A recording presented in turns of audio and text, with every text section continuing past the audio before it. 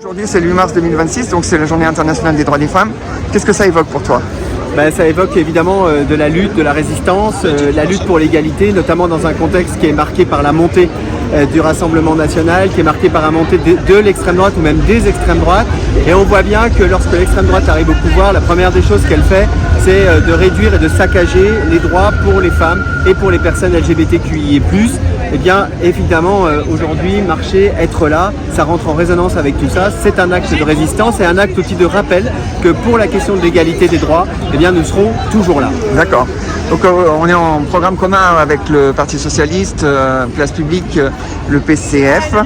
Et quelles sont les mesures de ce programme commun qui, toi, te tiennent à cœur et qui, toi, en tant qu'écologiste, te tiennent particulièrement à cœur? Il y a beaucoup de sujets, évidemment, qui sont importants dans ce programme, notamment le rappel un peu de certains éléments qui peuvent paraître très simples, mais notamment, par exemple, la lutte pour le droit à l'avortement, à la contraception, le renforcer, notamment tout ce qui concerne la question de la santé sexuelle.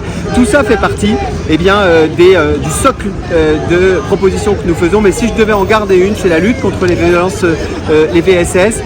C'est notamment le fait de créer de nouvelles places d'hébergement pour les femmes qui sont victimes de VSS. On sait que c'est l'un des premiers sujets, d'avoir des lieux pour pouvoir échapper au VSS, notamment dans la cellule intrafamiliale.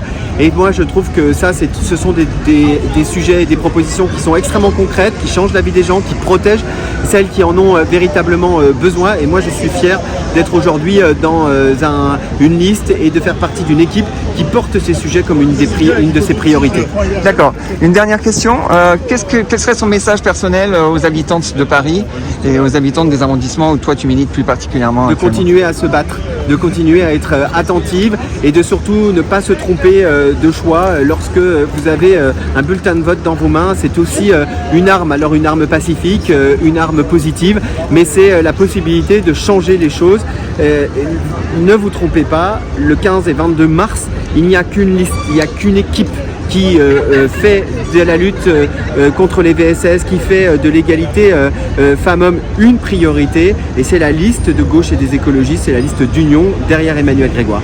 Merci. Merci à toi.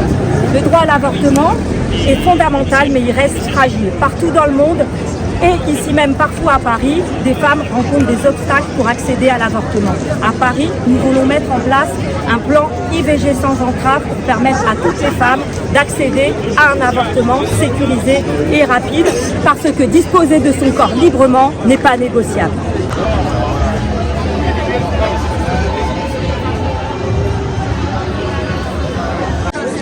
Bonjour, aujourd'hui on est donc le 8 mars 2026, Journée internationale des droits des femmes. Qu'est-ce que ça évoque pour vous? Allez, vas-y. Aujourd'hui, c'est une journée importante, la journée internationale de lutte pour le droit des femmes.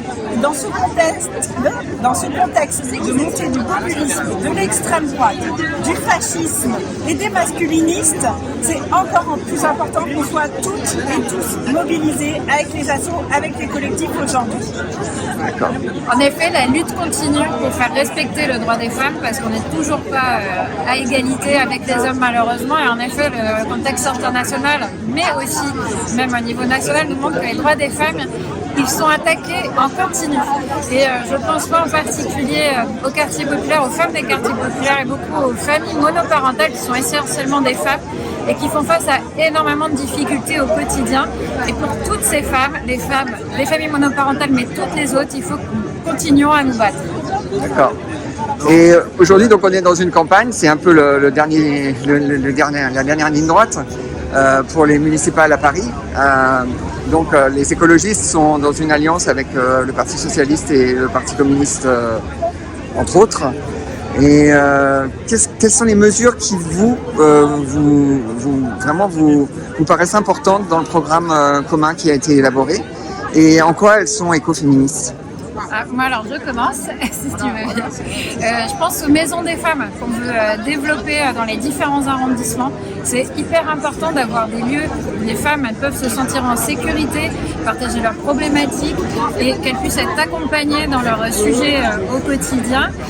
Et je pense aussi à tout ce qu'on veut faire sur l'égaconditionnalité des subventions parce qu'on accompagne au quotidien un certain nombre d'associations.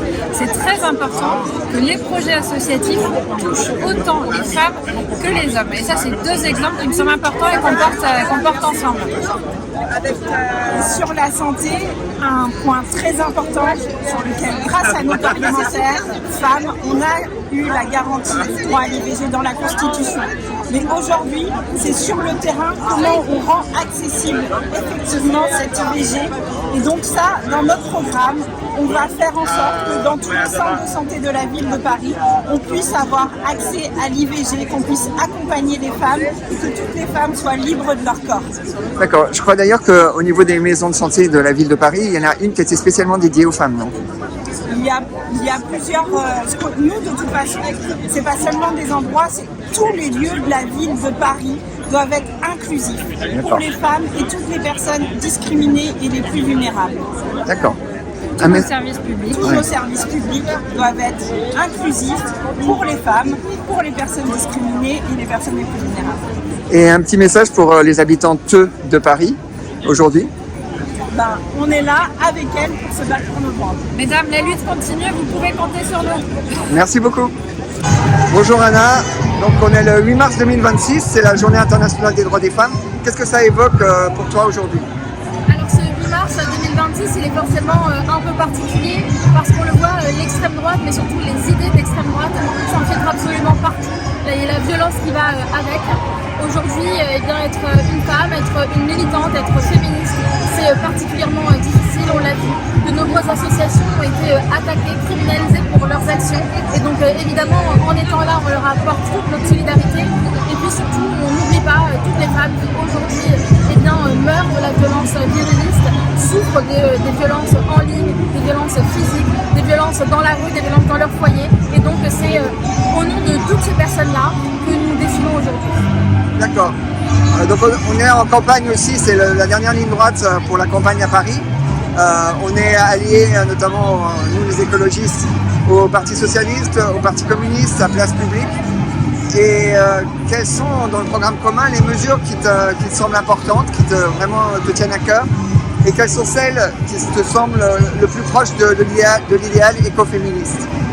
Alors on porte un plan de mesures qui est assez large, à la fois sur la question de la santé, sur la question d'avoir de nouveaux droits, sur la question aussi de la visibilité des femmes dans l'espace.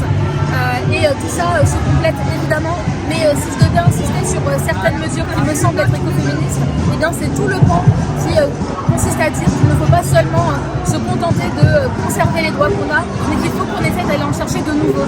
Et on a notamment deux mesures phares qui vont en ce sens. C'est un plan IVG sans entrave et un plan pour lutter contre la précarité menstruelle qui consiste tout simplement à équiper tous les équipements publics de distributeurs de protection menstruelle, bio. Alors c'est encore des sujets qui ne sont pas acquis dans la société. Encore de nombreuses personnes trouvent que c'est un peu accessoire. Et bien on veut leur rappeler que non, ça ne l'est pas. Et donc on va se battre pour ça. D'accord. Et si tu avais un message à adresser aux habitants de Paris en ce 8 mars 2026, qu'est-ce que serait ce message? Eh bien, que c'est dur, on le sait, d'être aujourd'hui une personne minorisée en France, mais que l'on fera tout, on se battra pour que Paris reste un rempart, reste un territoire de résistance, et donc vous pourrez compter sur nous.